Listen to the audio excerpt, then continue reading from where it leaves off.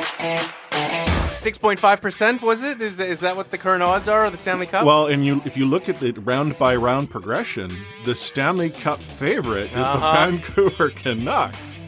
Like, what a time to be alive! Talking you through every goalie controversy, scoring slump, and draft lottery bust, this is the C4 Podcast on CanucksHockeyBlog.com. Here they are, the best starting lineup we could afford under the salary cap. Chris, Matt, Anna, and Adam. Welcome to another episode of the C4 Canucks Hockey Podcast, brought to you by the Full Press Coverage Network and CanucksHockeyBlog.com. I am Chris at Lightforce, joined virtually by the currently enjoying the vino, Anna Forsyth at DayForsyth03. Welcome, Anna. Thanks, Chris. Yeah, having myself a little glass of white wine. I had to take it out to Kirk, so I figured I may as well pour a little for the dish, a little for the Anna. Exactly. Got it. That's kind of how it came about. Yeah, I've never gotten into wine. Oh, neither. My brother runs a wine business, and I know nothing about wine. But you're enjoying. Like for me, it's like, oh man, this grape juice tastes wrong. Okay. Like. I do like wine. I just pretty clueless about it. Well, yeah, I'm both. Now, one of the things that I have heard about wine is that it depends on sort of a combination of your palate, but as you get older, your palate changes.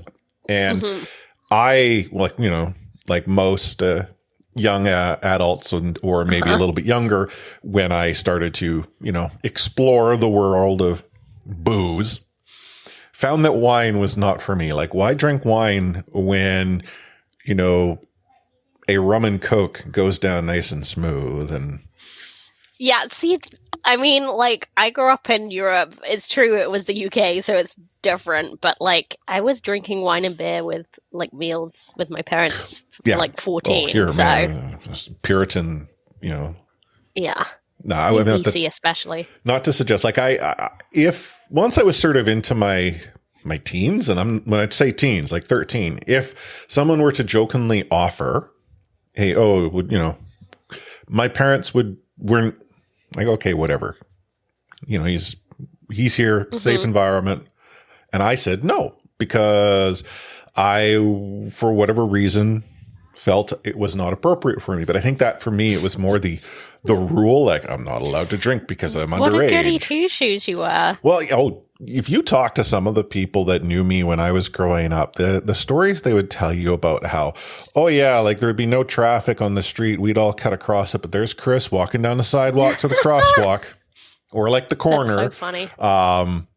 Even now, and it's not as maybe apparent, but language. I mean, I don't swear too frequently. And when I do, one of two things is occurring. Booze and a lot of it, or two, I am so tired. And then my guard is a little bit down. It's funny. I mean, I swear a lot in my everyday life, but I think if you only knew me from speaking on the podcast, you might not know that. But I think maybe our listeners maybe got a shock when they came into Discord. And there's Anna dropping the colorful language. Yeah, that's me. Cussing like a sailor. Yeah, I'd say. I mean, why is it that sailors are the ones that are cussing? Is it just because the sailors that people interacted with back in the day came from all sorts of different places? And it's what are the words you pick up out of a foreign language? Well, it's always very colorful words.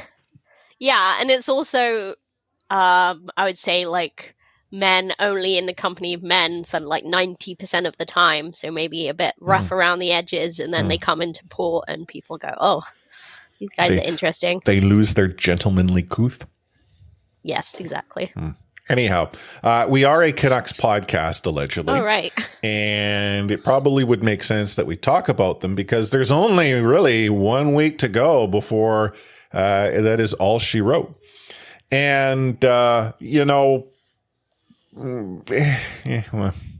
I kind of sort of thought it was all she could be wrote last week. Yeah. I mean, sure. It's just a little bit playing it all out. Yeah. Well, it's just what the Vancouver Canucks are doing. It is the Cheech Farewell Tour, which I think is appropriate. And, the Kings have celebrated them, and now sort of the expectation is that they'll have to amp it up in the next 2 visits.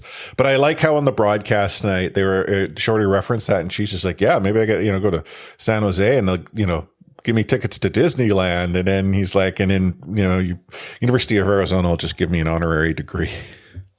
Yeah, I know. I had my head in the kitchen at that point, and I just went back and I was like, did he just say that? Yeah. Yep, that's totally what Cheech said. But no, the Vancouver Canucks are sort of wrapping things up. The week that was a week that went kind of like we had sort of thought it would, and then the week that will be right now, it is still unclear as to how tonight's game will end up. We're recording at the start of the first intermission, but we'll record through the second period. And then there's obviously a game tomorrow or today, depending on your perspective, or maybe it was yesterday, a little listening on Wednesday. And then the last game of the season in Mullet Arena down there in the state of Arizona. But thankfully for the Vancouver Canucks, that's not all that we get to talk about, because former Vancouver Canucks are also lighting things up and, causing a slight stir in the Smealosphere. So all that and more, let's get into Rewind. So now that the Seattle Kraken have figured out how you can beat Vancouver, it seems that the Kraken do it pretty easily. Yeah. I mean, that game was it was just the epitome of end of season, can't be bothered. The Canucks looked checked out. It wasn't fun to watch. Well, I would say they didn't look checked out in the first period. They seemed to forget that there were 2 more to go. So if you skip that game and you're like, Kraken won 5-2. The Canucks came out and did what they have sort of been doing. They make things interesting. They, give the tank a scare. Petey comes out early, gets a goal. Nice one to boot. Anthony Beauvillier doing what he's been doing, getting a goal. Though, in the words of Rick Tocchet, not liking what you're seeing from him, which is interesting, because if you're not liking what you're seeing from Beauvillier scoring goals, and I get there's a 60-minute game and all that jazz.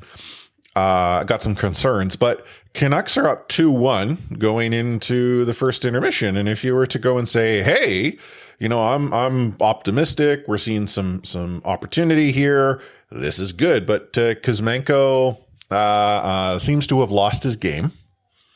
He looked absolutely lost after the early apple.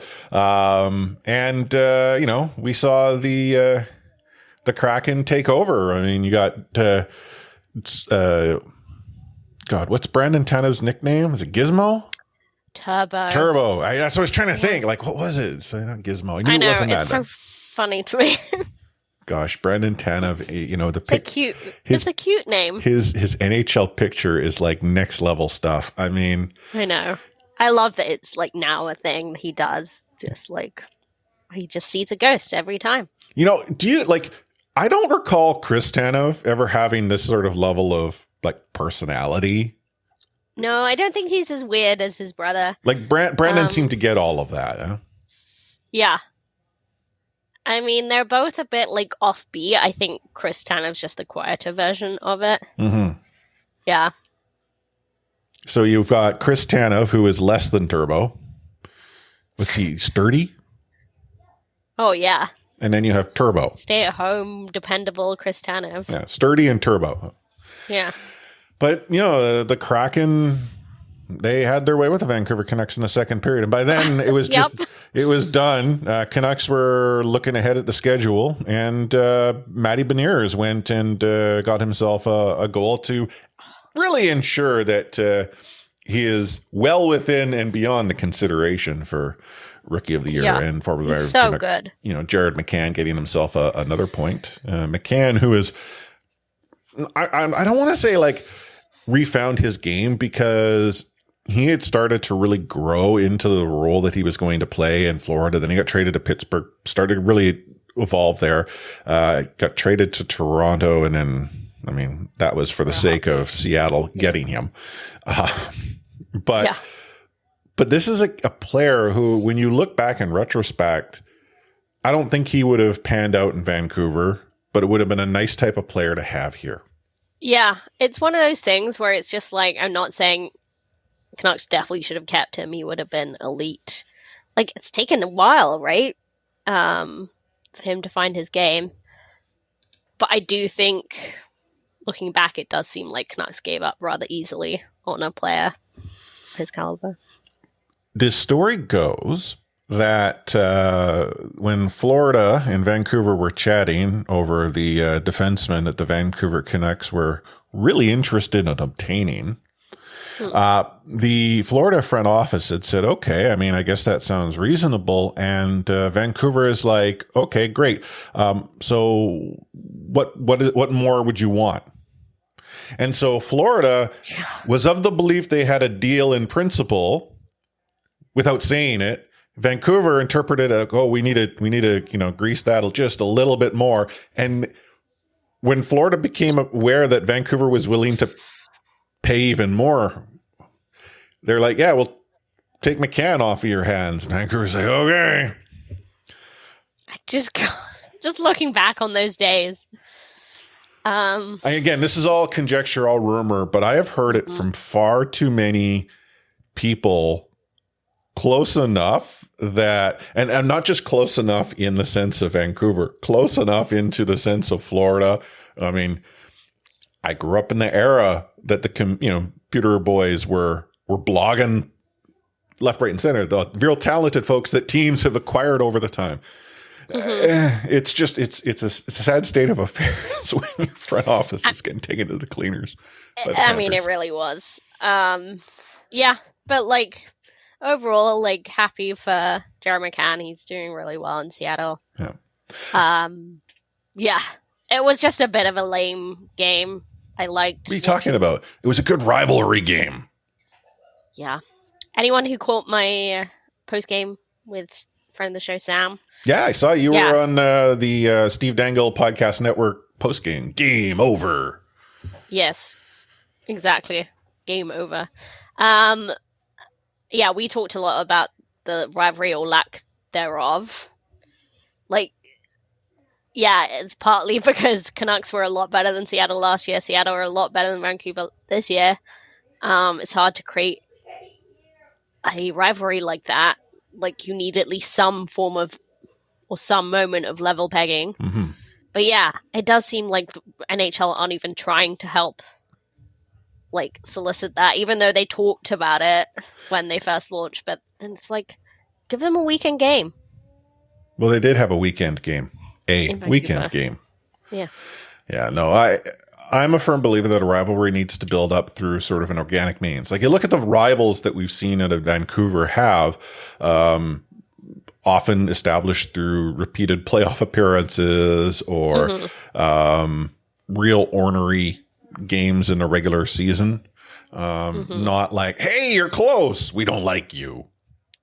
I mean, that's literally how Arsenal and Spurs are rivals. Spurs were in North London. The and culture is different in the old country. Yeah, it's true. That is, but like, I just think it's, you can't create something out of nothing. Like, there was that weird Minnesota-Vancouver rivalry for years that was more Vancouver of a... didn't really participate in. Yeah, like Minnesota's like, oh, those damn Canucks. And we're like, who? Yeah. And that's not a knock at Minnesota. It's just how the different markets viewed each other. A rivalry needs two players or two parties to dance. And unfortunately, only one party was interested. Yeah. I think, yeah, you're right. We'll have to wait and see. I think it's correct that the organic means will have to come, some kind of fight or injury or playoff series or something. But yeah, given how much the NHL wants to develop markets, like, you think they try a bit. Yeah. Anyway, Vancouver loses to Seattle and then gets to take on the Chicago Blackhawks. And there ain't nothing that fixes you up right, but the Chicago Blackhawks rolling into town because the Vancouver Canucks looked so dominant in their 3-0 win. Goals scored in each of the 3 periods. One by Kuzmenko, who refound his game again, Chicago. Another goal by Krasov, and then JT Miller, putting the icing on the cake late in the 3rd period. But what was interesting about this game is Hirose. Is it Hirose or Hirose? Or Hirose, I think, yeah. Gets himself a couple of apples, gets, inserted in the lineup and has an immediate impact. And you have Quinn Hughes deciding that I'm a leader and by God, I'm going to go and throw down. Not to say, and again, this is the podcast that's a firm believer that Quinn's a leader. It's just like, the kid's like, okay, this is my job now. And he's embracing it. I don't know what more to say other than it was nice to see that, Thatcher Demko got himself his first shutout of the season in game, what is that, 77? 77. I mean, also... Fairness, he was hurt for a good portion, but... Yeah, but his last shutout was in December of 2021. Wow, that's a long time ago. Yeah, Bruce's first game. Is that right? I don't know if it was Bruce's first game. I would trust you on that. I had not researched this. Yes. Anna could be leading me astray right now, and I'd be like, no problem. I trust in Anna. I was there at Bruce's first game, but I also had some adult beverages, so who knows? You don't. But I was also beverages. at the Chicago game, and I remember it all. Like, Keto Ferose, it's just like, should we be impressed with how well this young kid's doing or depressed because of all the players that have come in that have played as good and mostly better than OEL? Like, AHL players, NCAA players are better than your $7 million defenseman. I've continued to read that the belief is that OEL does not get bought out at the end of the season, which when you look at the math, yes, it helps the Canucks, but you're just extending the amount of time as to which the money is coming out of ownership's pocket. And it seems ownership isn't really as keen to continue to pay for people just to go away, players and or coaches. Yeah. So I don't know how you solve that problem, but you do raise a fair point, is that you're seeing, production and effort that at best, or at worst, actually, let me rephrase it, at worst is OEL equivalent, but at best is OEL equivalent for so much less. Yeah. Ugh. Yeah. I mean, very pleased, very impressed with what we have in Keto Ferose and how well he's adapted to NHL game. Even Cole McWard, who's not which, going ahead of the weekend, guess who gets his first goal in his first game? Yeah. Beautiful goal. I hope they got that on video and he has one of those video frames replaying his goal. Because as you said, they draw it up pretty on the score sheet. Yeah. Good news, they were filming it for TV, so they should have it on video somewhere. Yeah, but Cole McWard was really not touted in the same way that Hirose was. Some people were quite shocked when he came up to Vancouver straight away, but even him, he's fine. He's not amazing, but he's pretty good for the price tag. Well, it's you get the job done and you're affordable. This is the thing that we have harped on forever now on this show. It is good to have players like that paid like that. You can start to build your team a whole lot more effectively when you've got Jags that are Jag money, or let's say McWard or Hirose or McDonough or whomever, anyone else comes in and is even better than that at this much lower price tag. Then you start more effectively using the cheap years to bridge yourself into the potential for expensive years, and you're smart in how you manage those assets. Maybe there are some deals to be had, but yeah, I mean, smart management of assets and smart draft picks, whatever. Like, Chicago, they're embarrassing themselves on the ice this season, maybe, but like, whatever. They've stockpiled draft picks. They're going to be fine. Well, no, and I mean, like their plan is to embarrass themselves and rebuild. Detroit is an example of an organization. So yeah, we're going to embarrass ourselves, but we're gonna rebuild. Like we're going to go into this particular direction. I mean, Detroit is a scary team when their scouting department is hot. Detroit's a scary place. So. Well, yes, but that's not that's not what I was going for there, Anna. Chicago is plenty embarrassing off the ice, so I don't envy for a minute Chicago Blackhawks fans. Sorry, I withdrew. I was looking at it from a pure. No, I totally. I'm not. I know that's what you're saying. Okay. I just wanted to build and just say, like, there's lots of franchises that I, take the approach of, but yeah, I can't praise Chicago too highly because they're actually like a shameful organization. Okay, and but continue to be that. If we could take that one glimmer of piece, and put it in Vancouver, like let's be selective, because for every one of those that we were to raise, someone will say, "Well, what's going on down in Arizona?" And let's be honest, Arizona does the exact same thing, but their purpose is not to win. Their purpose is to somehow magically get themselves to the floor of a league cap, and ensure that anyone who needs a retirement gig has a place to go. But looking at the Calgary game, this is a game of Vancouver wanting to make life hard for the Flames and doing a very good job at it for a good portion of the game. A team like the Calgary Flames suddenly realizing that if they have any hope, losing to the Canucks is not going to be on the cards, and rallies themselves in the third period, getting an early and an earlier goal to get themselves into overtime. And as I had to explain to my wife, the reason the NHL has given Nazem Kadri that power play marker is important because stats matter when your contract has such language. She found it funny that, like, why would they care about a second and a power play goal? The result stays the same. Like, contract language. Mm-hmm. And Vancouver, while they gave a loser point to Calgary, got themselves a goal off Kuzmenko on the shootout, and that was that. And the goaltender stopped everything else. But what does that mean for Vancouver? Not really good things, but at least I think it was the Senators have now won to the Senators now won. Canucks are gonna finish in the bottom 11. Yeah, so there is a chance for Bedard. Technically, there's still a chance. Yeah, that's right. Like, I know the sort of same debate went round again after the Calgary game about how exciting overtime was. So why are we capping it at 5 minutes? Do you believe that you get overtimes like that are 10 minutes long? I think you could. I don't like there. I get the argument that if you extend the clock, teams may not play as fast and loose, but by design, 3-on-3 hockey creates the fast and loose moments. And if you extend the clock, it's going to get to that point where you start getting the craziness, the back and forth, the odd man rushes going back and forth, like all of that.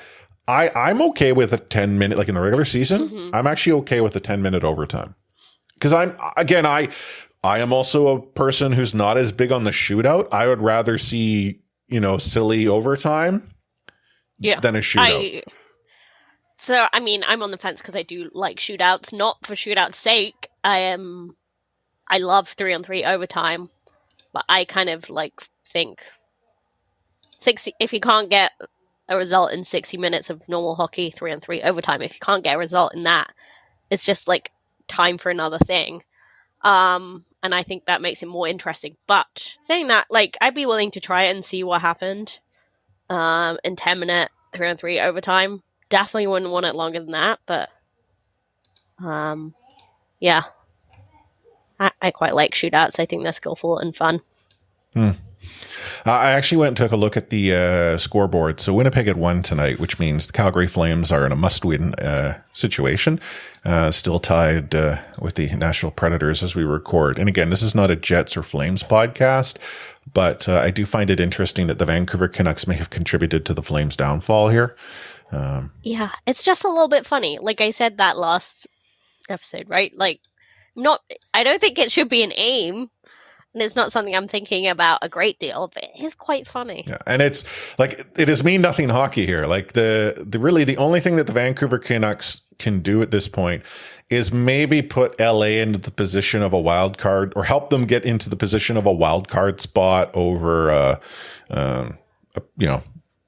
top 3. But Los Angeles is in. So, this is the mean nothing hockey does exist from this week onward. Looking ahead at the week that will be. So again, they're down in LA right now. It's still 0-0. Last I checked, they're in, sorry, it says San Jose. They're in Anaheim, tomorrow night. And then, they wind up in the Mullet Arena, to wrap up their season. Well, she right. Cheech's swan song. He's obviously off to other opportunities. It's still so weird how this has been portrayed, and like the language as to which he had used. I still think that maybe the decision wasn't entirely his. Yeah.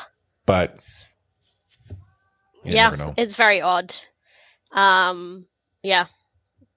But it was nice to see Cheech get his due on the game on Saturday. Full crowd got up, gave him a standing no. I think like Larscheid, obviously, as color held that place, and Cheech did a really good job. But I don't think he was Larscheid level. But I think fans appreciate him almost the same way as they appreciated Larscheid, just for different reasons.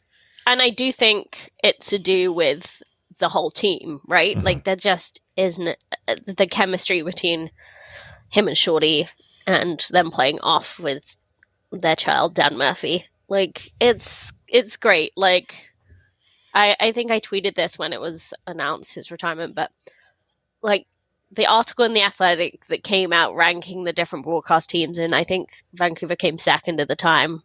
And it was just like, find you someone that loves you like Vancouver loves John and Murph. And it's so true. It's just like the affection that's there for the whole team. And I think that's kind of where Cheech's like status has been elevated, is his banter and relationship with Shorty. Yeah. I'm curious who they'll have with Shorty next season. Mm-hmm. 'Cause you think about like Vancouver, we went, Vancouver has been spoiled for as long as I've been around. Like I don't know who came before Larscheid, but like Jim Robson was there first. Larscheid eventually joined, and I remember like Larscheid doing both Canucks and BC Lions. Like he was involved in sports all which way in Vancouver. Jim Robson steps down. Jim Hewson slides in. I think Hewson brought a different sort of like, Robson was the old school gravitas, whereas Hewson was the more modern energy. And I still think that he and Larscheid had a really good combination. Hewson then gets elevated to Hockey Night. CBC decides to snatch him up, and then Shorty slides in, and Shorty and Larscheid, they worked well, but you could always sort of tell like, Tommy got to sort of do what Tommy did, but then when Cheech got in, that's when John and Cheech, they really like these two casual guys just having fun. Like how many times did we get to hear him talk about craft dinner and ketchup? Yeah. Right? Like horrible game, but let me tell you the stories we could hear about the food on the road, and you're right. They're, child Dan Murph chiming in. Yeah. Really. Anyway, when we get back again next week, we'll get to tell you how this week wound up and where the Vancouver Canucks ultimately found themselves in the standings. We know the playoffs are done, but we are ourselves going to take a short break. You're listening to the C4 Canucks Hockey Podcast, brought to you by the Full Press Coverage Network and CanucksHockeyBlog.com. Take hitting out of the game. You can't hit anymore, so don't do it. The unsportsmanlike conduct, I want to get an explanation on that. No kidding. Because how do you get suspended for unsportsmanlike conduct? Plus interference. There's no interference there. He had the puck. Now, Madison never ever did that before. Now, why did he do it? And that because he was mad. Well, your early favorite for the Calder Trophy, that's for sure. Elias Pettersson, you might even say your early favorite for the Hart Trophy. Just to get back to your question, Elias is going to play plenty. He didn't play. He's going to get a lot of power play time. And, yeah, I'm concerned about our offense. We lost 200-point players, and we've got to find a way to score. Vancouver Canucks announced their awards, the last home game of the season. And it sort of gave me pause to say, we didn't actually talk about Canucks awards during our sort of awards episode. No. We talked about league awards, so maybe a miss on our part. But let's just sort of rattle through them. Cyclone Taylor, it's your MVP, went to Elias Pettersson. I mean, who else? Well, I there were some like, oh, it should have gone to JT Miller. But, I mean, by all metrics, you know, PD is it. Like, you know, if you go by whoever gets the most points gets the league MVP award. Well, guess who got the most points in Vancouver? Right? Like, you know, but it's just literally by any metric. It's PD. Measure apart from stopping pucks. It's PD. Yeah. Best defenseman, Quinn Hughes. Like there wasn't anyone else in the conversation here. Like absolutely no one. And had Quinn Hughes missed half the season, I think he still gets it. I agree. Pavel Bure, the most exciting player. That's Andrei Kuzmenko. And I honestly don't know of anyone else who probably gets it based on Kuzmenko's play through the season and what we saw from him on the ice. Yeah, I would have voted for him. I didn't for obvious pride-related reasons. I just to me, exciting just pairs so well with fan favorite, and that's what he's been in. Which he also was, right? Yeah. To a point. But yeah, just personally, I couldn't do it. But yeah, it's hard to make if you're going with everyone gets one award. Well, yeah, because to me, if it's not him, it would be Petey. Yeah, and if it's not Petey, it would be Quinn. And then I think JT is the only other name in the conversation, but it's so in flashes that it's hard to really suggest it's him. Yeah. Leading scorer, that's Petey, and 3 stars, also Petey. This is no votes there. Well, let me rephrase. There might have been votes for the 3 stars award up in the press box, but Petey got both there. Unsung hero, Dakota Joshua. I don't have a problem with Joshua getting this, but for me, I'm more of an Ethan Bear stan here. Okay. I mean, I could see arguments for both. I would still suggest that it's Joshua just because, I mean, he's been here since the start. And the expectations was, but not that the expectations were high with Bear. He couldn't get onto his Carolina team. But, I think it's kind of interesting. I was listening to our good friends at Canucks Conversation, and they seem to suggest that the problem with that award is that no one's done that, and I think that heroic. I think the problem with that award in Vancouver is the word unsung. Well, it's just not the kind of market you can be unsung in. Unsung hero awards. I actually am a firm believer that when you have an award that is titled unsung, it should never go to someone who receives accolades. So I've worked for employers who award unsung hero awards, and it's often going to top performers. And now, if you're a top performer and you get this, my thought is that, one, that's recognition of everything that you do, but you're not actually being recognized any other way. But when the person who receives the Unsung Hero Award is also receiving the award for the most sales, top commissions, the most this, you're singing quite loudly. If they're referenced as that this is the person you should be, that's not unsung. That's sung hero, which again, recognize them. If Petey got this award, how is he unsung? Yeah, but that's not a knock against Petey. No, but to me, it's just because Vancouver's such an active market, everyone's been talking about Dakota Joshua. Maybe the expectations were not high, but it's not like he hasn't been noticed because it's just that's just the market it is. Yeah. Like, but, I'm not disagreeing with it. It's just my issue is with the word, like in this award, even in a heroic season. Yeah. I think the unsung often doesn't go to the person who doesn't get the accolades.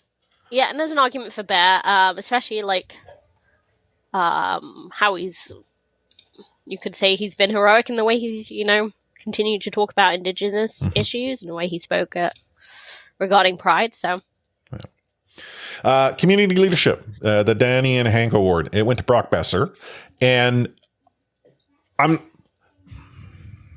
know. I kind of feel surprised. I'm not knocking Brock here. It's not that I'm surprised that Brock would be deserving of this award or would actually get it.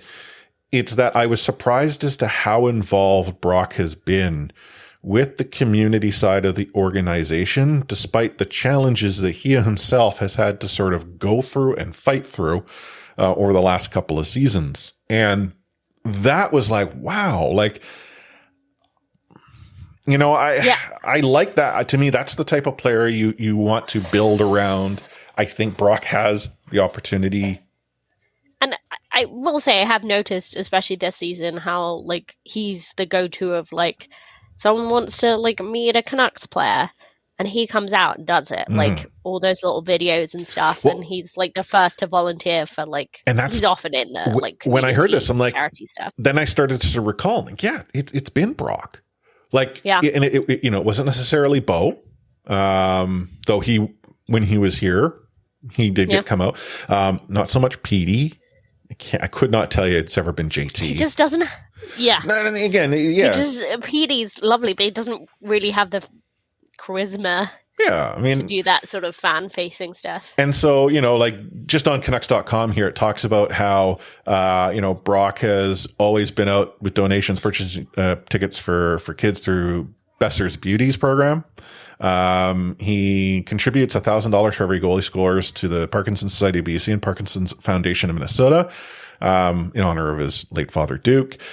He, to your point, he, even when injured, he was often there meeting people, connecting with them, going to Canucks for kids events, Canucks house. Like, it just, and you know what? I will be sad to see someone win the community leadership award like this, not come back next season. Yeah.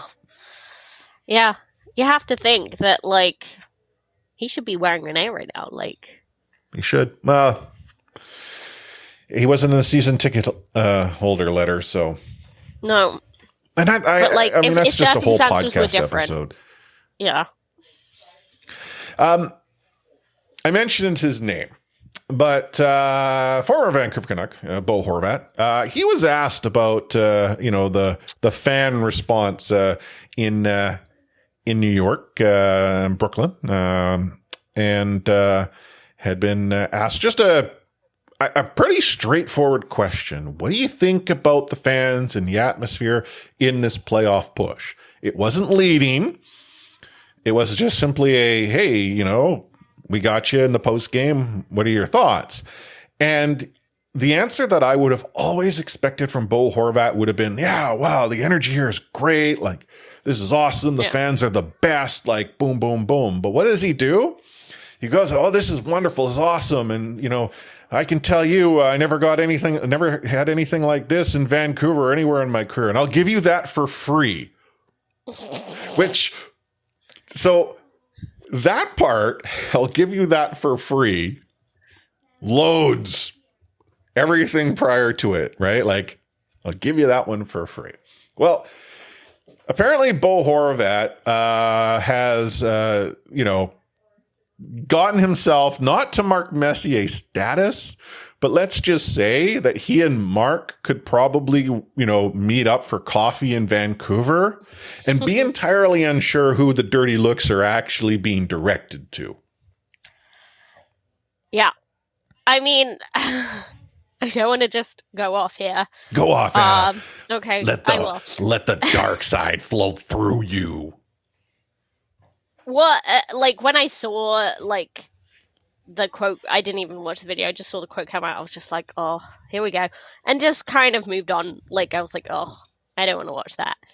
I think it was the response afterwards that got me annoyed. Specifically, people going around telling Canucks fans not to be annoyed. Yeah, you're so soft. Like, either that they're soft or Bo Horvat had every right to say what he said, considering how he was treated. Like, sure, but like, if you want a passionate fan base, which is what like this team has been like crying out for in a way, but like, that's what they're gonna do. If their ex-captain like trash talks their team, they're gonna be upset, and I think you have every right to be upset. You don't have to.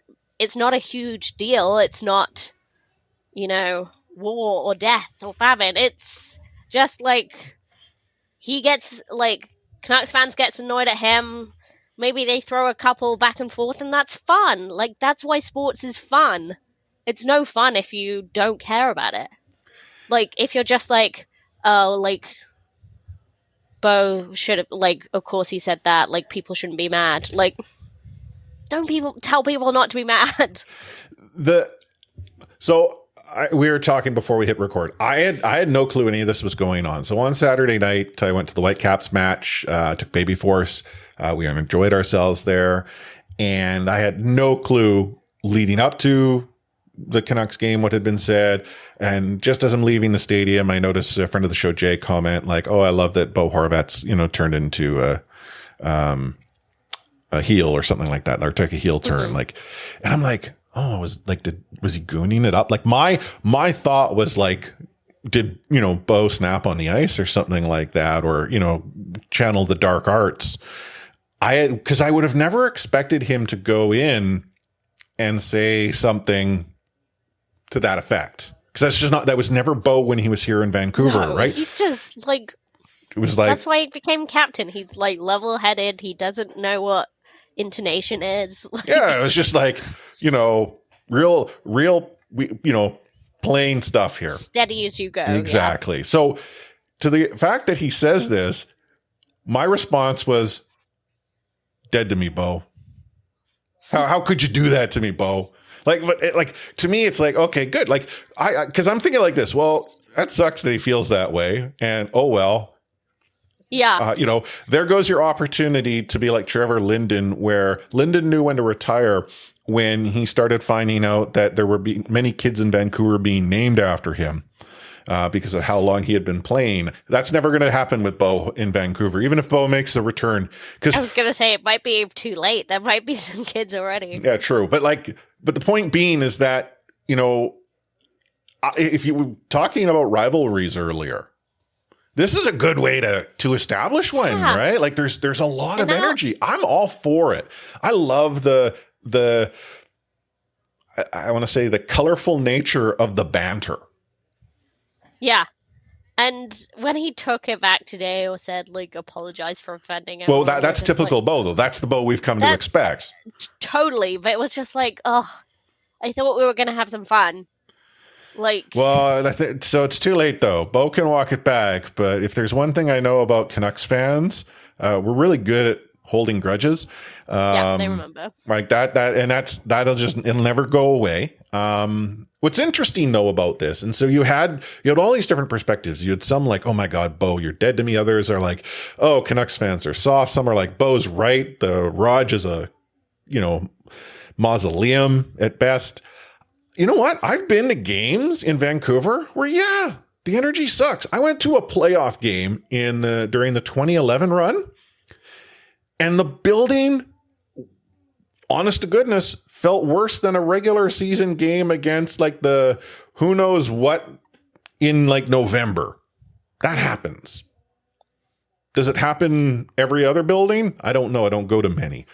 But I can say that sometimes the energy just isn't there, and there's a variety of reasons as to why it's not. But what does that matter? Right? I don't like you talking smack about me, and just because you're right doesn't make me forgive you. Right? Like, totally. But at the end of the day, if you don't feel the same way as I do I really care? Yeah.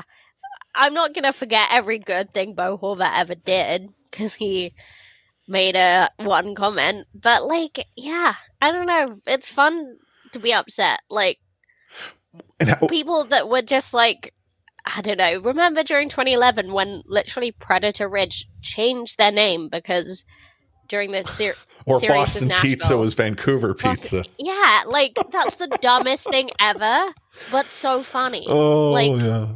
Sports is at its best when it's ridiculous and knows it's ridiculous. So if a strip club wants to put up a sign saying F Bo Horvat, that's fine. Well, the at and the pound sign, number sign, hashtag, that was there. But yeah, Penthouse, go for them.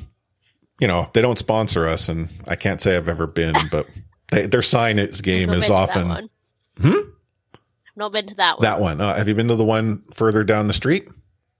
No, I've been. This is not. I'm not trying to out you. Sorry, I just. Also, Mum, stop listening, maybe. But I've been to some interesting establishments in Vancouver. Yes, there's a couple. But the point being is, one, their side game is pretty good, like top notch. Have fun, take a dig.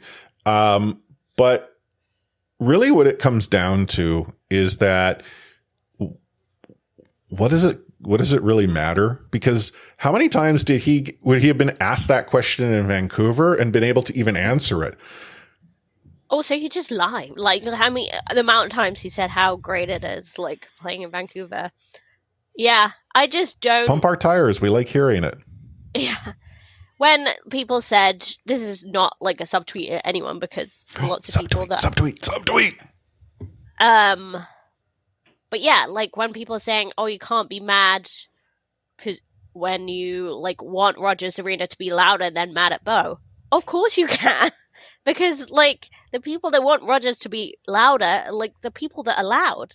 Like they go to Rogers and they're loud and then their captain's saying, oh yeah, I didn't even notice. Like when he said that he never noticed, like he's never had his name chanted before, I was like, okay. Well, no. What the hell were the Last Shine is doing for 3 years? I don't know. Yeah, and the thing that, sort of came out from this too is like Saravelli had said this in Canuck Central, how he doesn't for 1 second think that Bo was trying to take a shot at Vancouver fans. Yeah. That he was actually trying to take a shot at Vancouver as the organization. And it has been said many times, a tender spot in the upper echelons of the organization is the perception of the total experience. Yeah, which is, so true. I don't know if I agree with Frank there. That seems to put too much calculation on Bo's part. I think he was just, I don't know, maybe, a question. Maybe Bo Horvat without a C on his chest has been freed from the confines of checkers and can now play, 5-dimensional chess. Yeah, maybe. I think he just made a flippant comment, but maybe that's just me. Yeah, whatever. I mean, at the end of the day, if you think that Bo Horvat, should be at the same level as Mark Messier, great. If you think Bo Horvat is telling the truth, great. If you think that people should be mad at Bo Horvat, okay, sure, you can feel and think that way, but why does that matter in the first place? And if you think that people, should be outraged and are not, what does it matter? If you're outraged, great. Embrace the outrage. Embrace the hate. That sums it up perfectly, because honestly, I was not mad at all when I saw the initial thing. I was like, ugh. Just like, really didn't move me a ton either way, but it did, I will say it did push my buttons when people started policing what reaction you were supposed to have from it. Well, and this is in part of a bigger conversation, not one that we could really get into in this particular episode. But there is a level of gatekeeping that happens in many different fan bases, but the one that I know well enough in Vancouver, it happens far too frequently where you are told that you should not do this and you should do that. I am guilty of it myself. There are times when I have said something and I don't mean to gatekeep, but that doesn't mean I don't. So at the end of the day, what matters is how you interpret the events and the words that come out of Bo's mouth. And all I hope for is that he is given his due, gets a proper, cheer when his highlight, video gets up and everyone gives him a standing ovation. And if people want to boo him relentlessly every time he touches the puck, have at it, because there's atmosphere there. You're creating energy. You're like that. That's what the barn needs more of all of the time. I was saying Bo. Yeah, Bo, not Boo. I mean, it's like Lou or Boo. You never know. I mean, did I ever share this story with you that a friend of mine, big BC Lions fan,